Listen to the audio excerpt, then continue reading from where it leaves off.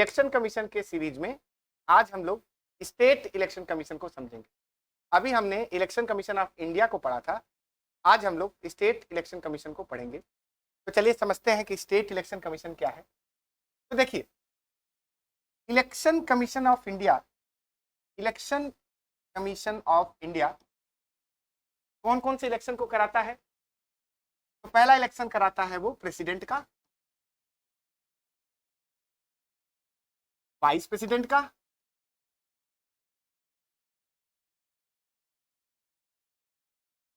इसके साथ साथ पार्लियामेंट के दोनों हाउस का, लोकसभा का और राज्यसभा का, और उसके साथ साथ स्टेट लेजिस्लेटिव असेंबली और स्टेट लेजिस्लेटिव काउंसिल दोनों का election election commission of India कराता है। अब स्टेट इलेक्शन कमीशन किस इलेक्शन को कराता है तो उसको समझते हैं। तो समझिएगा कि हमारे यहाँ लोकल बॉडीज हैं, लोकल बॉडीज हैं। लोकल बॉडीज में कौन कौन आते हैं? तो विलेज के लेवल पे जो है वो पंचायत है, पंचायत है, और सिटी के लेवल पर म्युनिसिपैलिटीज है।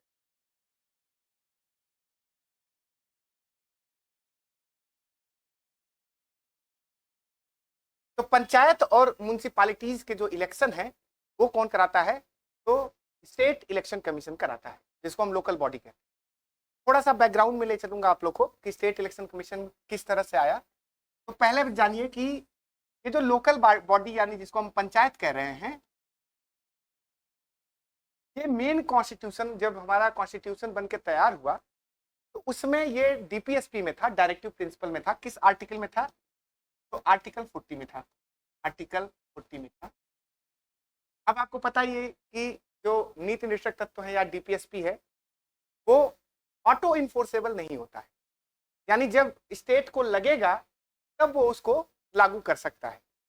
तो इसको डीपीएसपी में डाल दिया गया था कि जब ऐसा लगेगा कि लोकल बॉडी के इलेक्शन कराए जाएंगे तब हम इसको लागू कर सकते हैं।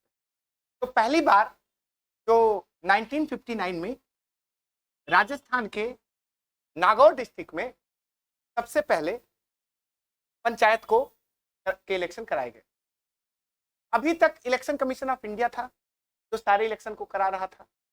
अब जब पंचायत और म्युनिसिपैलिटीज कॉन्स्टिट्यूशनल बॉडी बन गई, पंचायत को कॉन्स्टिट्यूशनल बॉडी बनाने का जो रिकमेंडेशन था वो LM सिंघवी, लक्ष्मीमल सिंघवी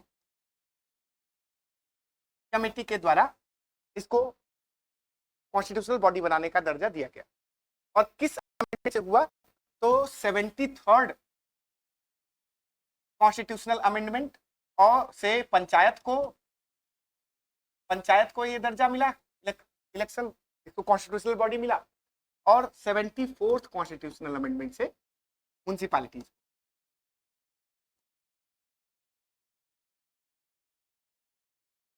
ये जो 73rd है, 74th कॉन्स्टिट्यूशनल अमेंडमेंट के द्वारा ही स्टेट इलेक्शन कमीशन का कंसेप्ट आता है, इसके पहले नहीं।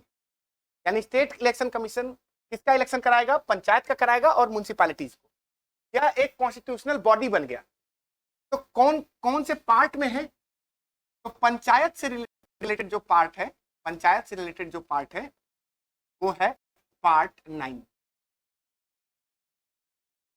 और म्युनिसिपैलिटीज से रिलेटेड जो पार्ट है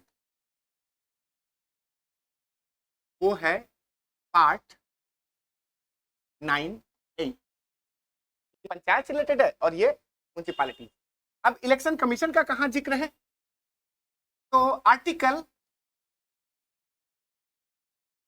243 के स्टेट इलेक्शन कमीशन की बात करता है कि पंचायत के इलेक्शन कौन कराएगा? तो स्टेट इलेक्शन कमीशन कराएगा। दूसरा आर्टिकल 243ZA ये कहता है कि जो स्टेट इलेक्शन कमीशन है वही म्युनिसिपैलिटीज के इलेक्शन को भी कराएगा। तो स्टेट इलेक्शन कमीशन का रिलेशनशिप किन किन आर्टिकल से है? तो आर्टिकल 243 के एंड आर्टिकल 243ZA।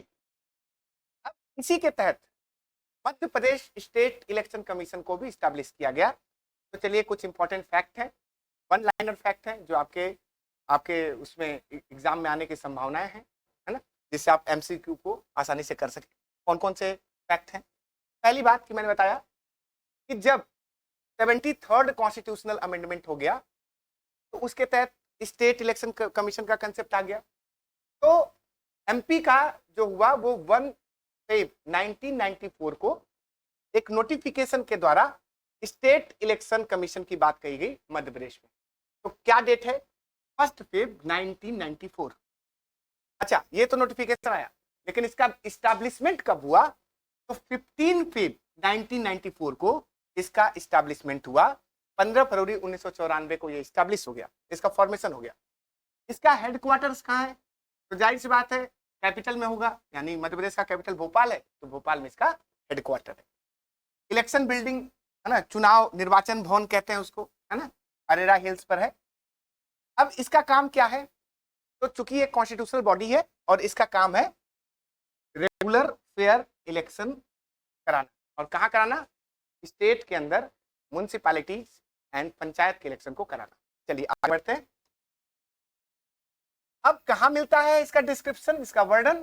तो आर्टिकल 243 के मैं बता चुका हूं और आर्टिकल 243ZA में इसका डिस्क्रिप्शन मिलता है। ये कॉन्स्टिट्यूशनल बॉडी है, ये याद रखिएगा। मोटो क्या है इसका? तो हर वोट कीमती, हर निकाय महत्वपूर्ण, ये इसका मोटो है। कभी पूछ देगा, क्योंकि एमपी का जो पेपर रहता है उसमें फैक्चुअल इंफॉर्मेशन ज्यादा पूछे जाते हैं। तो आपको याद रखना है कि हर वोट कीमती, हर निकाय महत्वपूर्ण, इसका जो है मोटो है, इसका ध्येय वाक्य कह सकते हैं, है ना। अब इसके जो पहले स्टेट इलेक्शन कमिश्नर थे उनका नाम था NB लोहानी, याद रखिएगा। जो पहले स्टेट इलेक्शन कमिश्नर थे उनका नाम था NB लोहानी। एक चीज और याद रखिएगा कि अगर आपसे पूछे कि फर्स्ट वुमेन इलेक्शन कमिश्नर कौन है एमपी की, तो आपको एक फैक्ट याद रखना है कि आज तक कोई भी महिला जो है इलेक्शन कमिश्नर नहीं हुई है, स्टेट इलेक्शन कमिश्नर नहीं हुई है, इस बात को याद रखिएगा। दूसरा, अगर आपकी बात की जाए कि सेक्रेटरी कौन है, पहला फर्स्ट स्टेट इलेक्शन सेक्रेटरी जो है वो कौन थे? तो मिस्टर प्रकाश चंद्र। मिस्टर प्रकाश चंद्र जो थे वो पहले जो है वो स्टेट इलेक्शन कमीशन के सेक्रेटरी थे। फर्स्ट वुमेन सेक्रेटरी जरूर हुई हैं, जिनका नाम है विजया श्रीवास्तव, ये याद रखिएगा। फर्स्ट वुमेन सेक्रेटरी जिनका नाम है Vijaya Srivastava. Election chief election commissioner अभी तक जो है वुमेन नहीं हुई है Madhya Pradesh state election commission में, ये बात याद रखिएगा। चलिए आगे बढ़ते हैं। तो मध्य प्रदेश में प्रेजेंट में कौन है आपके इलेक्शन कमिश्नर? तो बसंत प्रताप सिंह, ये नाम याद रखिएगा। बीपी सिंह से आप नाम याद रखिएगा कि बसंत प्रताप सिंह जो है प्रेजेंट में एमपी के इलेक्शन कमिश्नर हैं। साथ में अगर पूछा जाए कि इस समय सेक्रेटरी कौन है, तो राकेश सिंह है, श्री राकेश सिंह जो है प्रेजेंट के स्टेट इलेक्शन कमीशन के सेक्रेटरी सचिव है। चलिए आगे बढ़ते हैं। अब पूछ सकता है आप में, कभी कभी एमसीक्यू देता है कि इनमें से कौन इलेक्शन कमिश्नर नहीं रहे हैं, तो उसके लिए आपको ये नाम याद रखने हैं। बहुत कम नाम है क्योंकि 1994 से 1994 से ही है, तो आपको ये नाम याद रखना है कि ये इलेक्शन कमिश्नर हुए हैं। तो इनमें इनके अलावा कोई होगा तो वो नहीं होगा, तो ये ऑब्जेक्टिव याद रखना है। NB लोहानी पहले, दूसरे श्री गोपाल शरण शुक्ल, श्री आदित्य विजय सिंह, डॉक्टर अजीत रायजादा, श्री R परशुराम, और प्रेजेंट में जो श्री बसंत प्रताप सिंह जो है वो इलेक्शन कमिश्नर है प्रेजेंट में। और इतने लोग जो है इलेक्शन कमिश्नर हो चुके हैं एमपी में। चलिए आगे बढ़ते हैं। अब देखिए पहली बात की जो अब कुछ और फैक्ट हैं, जैसे कि मध्य प्रदेश का जो निर्वाचक भवन है उसका नाम तो निर्वाचक भवन ही है, वो आप याद रखिएगा। उसका शिलान्यास यानी उसका फाउंडेशन स्टोन किसने रखा था? तो उस समय के जो प्रेसिडेंट थे जिनका नाम था शंकर दयाल शर्मा, उन्होंने इसका फाउंडेशन स्टोन रखा था, इसका शिलान्यास किया था। और जब ये बनकर तैयार हुआ तो 1 नवंबर 1997, 1 नवंबर 1997 को इसका जो है इसका इनॉग्रेशन किया गया, इसका उद्घाटन किया गया। और किसके द्वारा किया गया? तो राज्यपाल, मध्य प्रदेश के राज्यपाल के द्वारा किया गया, जिनका नाम था मोहम्मद शफी कुरैशी। मोहम्मद शफी कुरैशी उस समय मध्य प्रदेश के राज्यपाल थे, उन्होंने इसका इनॉग्रेशन किया है, उसका उद्घाटन किया है। आपको पता ही है 1 नवंबर जो है वो मध्य प्रदेश का स्थापना दिवस है, तो उसी समय जो है इसका इनॉग्रेशन हुआ था। चलिए आगे बढ़ते हैं। अब देखिए एक राइट टू रिकॉल कंसेप्ट है। राइट टू रिकॉल आप लोग जानते होंगे, अगर हम चुनकर भेजते हैं तो हमें बुलाने का भी अधिकार हो सकता है। तो म्युनिसिपैलिटीज और पंचायत के इलेक्शन में right to recall Madhya Pradesh और छत्तीसगढ़ में ही आया है अभी तक, लेकिन किस लेवल पे आया है? तो म्युनिसिपैलिटीज के इलेक्शन में और पंचायत के इलेक्शन में। तो आपको याद रखना है कि राइट टू रिकॉल वापस बुलाने का अधिकार छत्तीसगढ़ और मध्य प्रदेश के स्थानीय निकायों, केवल स्थानीय मतलब कि केवल लोकल बॉडीज के इलेक्शन में ही राइट टू रिकॉल है कि अगर हम चुनकर भेज सकते हैं तो उनको वापस बुला भी सकते हैं। अब देखिए दूसरा कि देश में नगरीय निकाय एवं पंचायत स्तर के चुनाव कराने वाला पहला राज्य मध्य प्रदेश है। जब से इसको कॉन्स्टिट्यूशनल बॉडी बनाया गया स्टेट इलेक्शन कमीशन और पंचायत और म्युनिसिपैलिटीज को, तब से पहला राज्य मध्य प्रदेश बना जहां पर इसके इलेक्शंस हुए। साथ में एक फैक्ट और याद रखिएगा कि जो जिले का कलेक्टर होता है वो जिला निर्वाचन अधिकारी के रूप में कार्य करता है। हमने एक हायरार्की बताई थी आपको जब हम इलेक्शन कमीशन ऑफ इंडिया समझा रहे थे उस समय। इसमें हायरार्की समझ लीजिए कि जो डिस्ट्रिक्ट कलेक्टर है वही क्या करता है, वही निर्वाचन अधिकारी के रूप में कार्य करता है। तो इस प्रकार हमने स्टेट इलेक्शन कमीशन को समझा, उसके को समझे। आई होप आपको समझ में आया होगा। बने रहिए हमारे साथ हमारे चैनल पे। नमस्कार।